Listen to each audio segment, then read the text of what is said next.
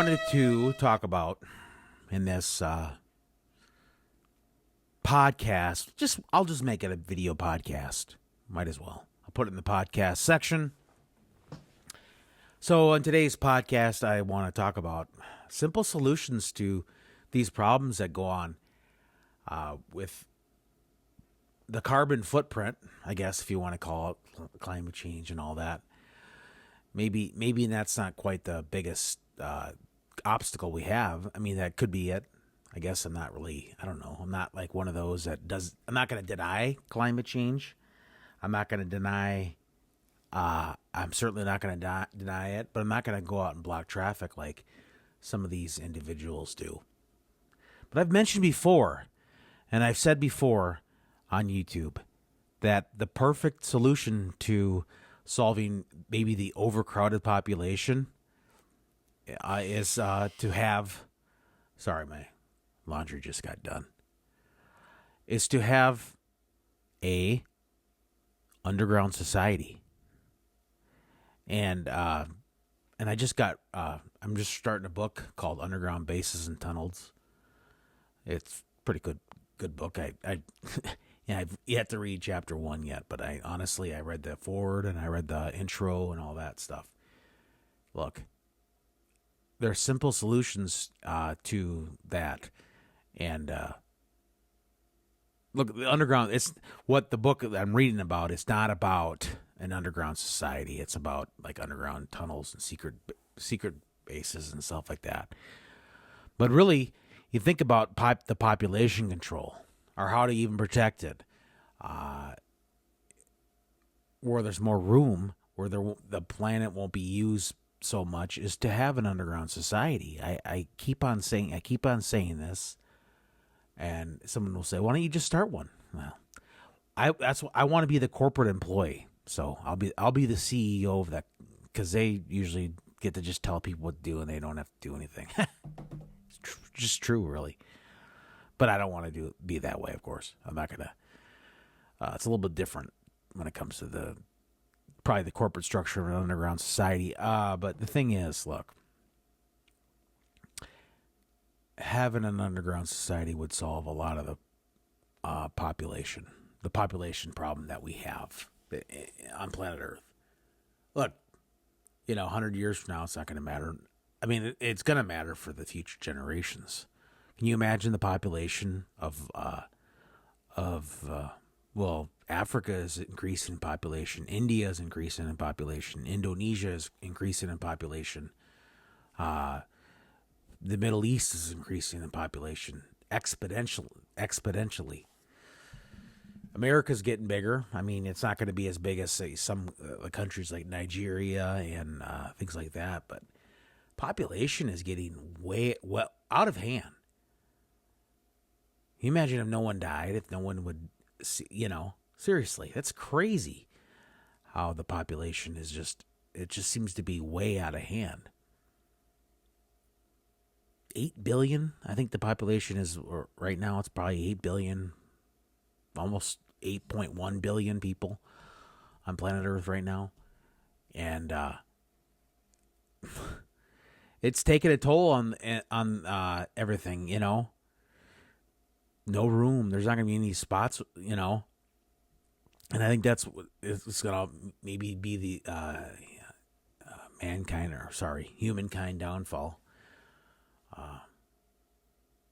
Is the population. Population is getting way out of hand. One of those things where just really getting way out of hand. But maybe I'm wrong when it comes to how to handle the situation, or how to improve the population, out of control population. Perhaps I am. There's a lot of land on planet Earth that we can do. And a lot of it's not feasible to live on other parts of the planet. If you look at, say, a lot of places that are mountainous regions, like the Himalayas, it's just not feasible. And it's not possible. Which is pretty much the same definition. Feasible and possible are the same definition.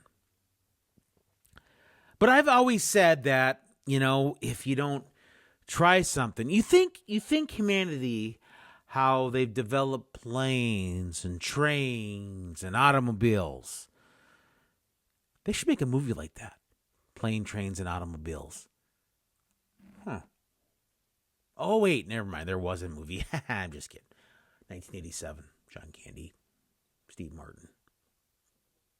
I think, yeah. That was a pretty good movie. But not to get too off topic, which... yeah. Anyway, it's like this. A lot of times you just got to take things with a grain of salt. You know? A lot of things you just don't know. It's worth a shot.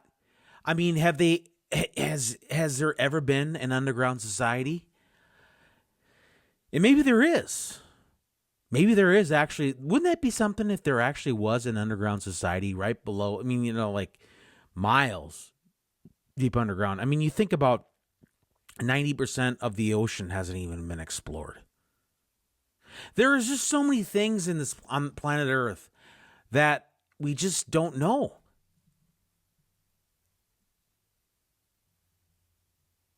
It's one of those things, ladies and gentlemen, or people, individuals. It is. It's very, very, very true that we don't know what's going on. And a lot of times but it's worth a shot. And I don't know if there really has ever been if you could tell me in the comments section, if you want to, what's the furthest you've been underground? The furthest you've actually been underground, because honestly, it's been a long time since I've been. I think I've been to a cave when I was a kid, but it was like when you're a kid, you don't really remember, I mean, I was probably 5, 6, 7, 8 years old out in the,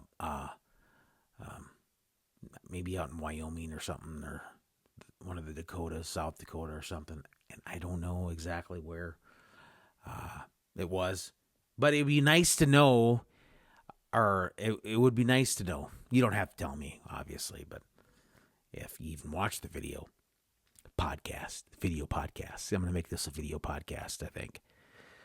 But the like I said, the deepest part of an underground is, where you can live.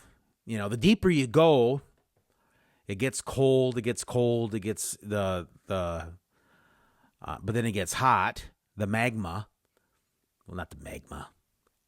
Sorry, the mantle. Sorry about that. There is magma, obviously, underground, but I'm talking about the mantle. The mantles. That's the largest part of Earth's core. Now, can a person live down there? No. But the crust is really far. I'm talking about humans.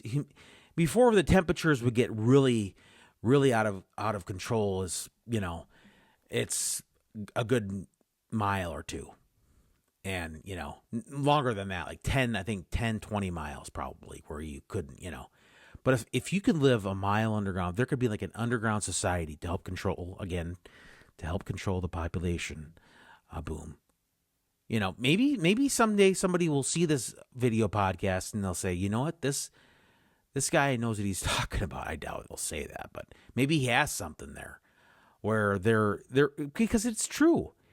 It's true that if there is like a way to curb the population control, to way to reduce the carbon footprint on surface. Now that begs a different big question: will the environment suffer down there if there was an underground society? And I don't know. Honestly, that's something that you would have to take a chance on. Obviously, if humanity ever gets to Mars, go to Mars. You think about getting back to Tesla. Instead of working together, humanity always has to go. It's absolutely crazy how they can't work together. They should be. If everybody was on board, they could be on board as to Mars. I know. I made a video about Mars, Pennsylvania once, but I'm talking about the real Mars, the real planet Mars, not the town name or anything. But to get to Mars, the planet again. Oh, sorry, I was just stretching my back here, neck area. But to get to the planet Mars, you think they're going to be living on the surface right away? Or do you think they're even going to get to a surface? So at some point, they're going to have to develop perhaps an underground society. And I know I've made videos before where, not video podcasts, but maybe perhaps I did, that in order to have a society, or in order to live on Mars, an underground society will help out Mars, because perhaps, I'm not saying it's all going to set in stone, it's going to help the colonization on Mars. But if individuals want to colonize Mars, decades down the road, or maybe, it's not going to, look, it's one of those things where you really think that Mars is going to be inhabited by 2029? That's 4 years away. That's really, no. It very well could if everybody worked together instead of putting their, I guess if you hate Elon, that's fine. But, realize if you work together, I don't know. Like I say, if you work together, you can solve a lot of stuff. But no one wants to do that. It's true. Well, I wouldn't say no one wants to do that, but it's a figure of speech when I say that. Look, but getting back to the underground society with Mars, again, if individuals that want to colonize Mars aren't going to be on the surface right away, so they have to develop some kind of underground society now on planet Earth, so they can do that in the future when they have the Mars exploration. Now, to go to Mars, see the planet Mars and then head back, that's probably what's going to happen the first couple trips. So yeah, definitely before they start colonizing the planet, it's not going to be. It probably won't even be this century. Look, it's not going to, to get to Mars and the right trajectory to get there in 9 months is not as easy as what. Look, I know humankind has advanced in a lot of ways, a lot over the years, even the last 100 years, extremely, exponentially. With the Industrial Revolution and all that, but really, humankind is still, versus other civilizations, and hopefully there's other civilizations in the universe. None that we know about, and but they're probably light years away. They're probably, probably nothing compared to what they have developed, as far as technology and things like that. So you think we're probably living in the Stone Age compared to a lot of the individuals in other parts of the universe, even this galaxy. It's just so extremely big. Just like there was a big, I know I've made a video, maybe even a video podcast about the potential Earth-like planet in our own solar system. And that's, a lot of people would say, well, what are you talking about? Look it up. And they were talking about that. Like I say, our own solar system is so huge, and there's 500 billion 200 to 400 billion solar systems in the Milky Way galaxy. It's absolutely incredible, the universe. And you think about going to Mars, it'll, like I say, an underground society will help out the exploration of Mars. It'll help out, an underground society will help out planet Earth, and it will help out the exploration of Mars, because you're not the colonizers, the colonizing it's going to take place on Mars, if it ever comes to fruition, is the fact that the individuals are going to have to live somewhere. They're going to have to live in obviously climate-controlled structures, but part of that is if you can live underground, and obviously you don't know the whole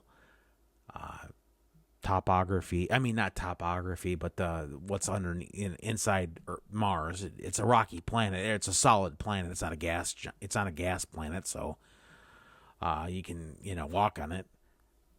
But again, just to live underground, you have to. I don't know. Maybe I'm hitting on some points, and maybe I'm completely wrong on some points, but I got to be right on something. I mean, the population gets out of hand, and it's up there, Yeah, so that's it on my thoughts on how this video podcast, how a underground society will help. And I don't know what I'm going to title the video podcast, but you'll obviously, if you watch, you'll see. But, at this point of the video podcast, I want to let you know that this is just an opinion. This is not a set in stone facts or anything. It's to be taken with a grain of salt, and whether you agree with it or not, that's completely up to you. Again, we're adults.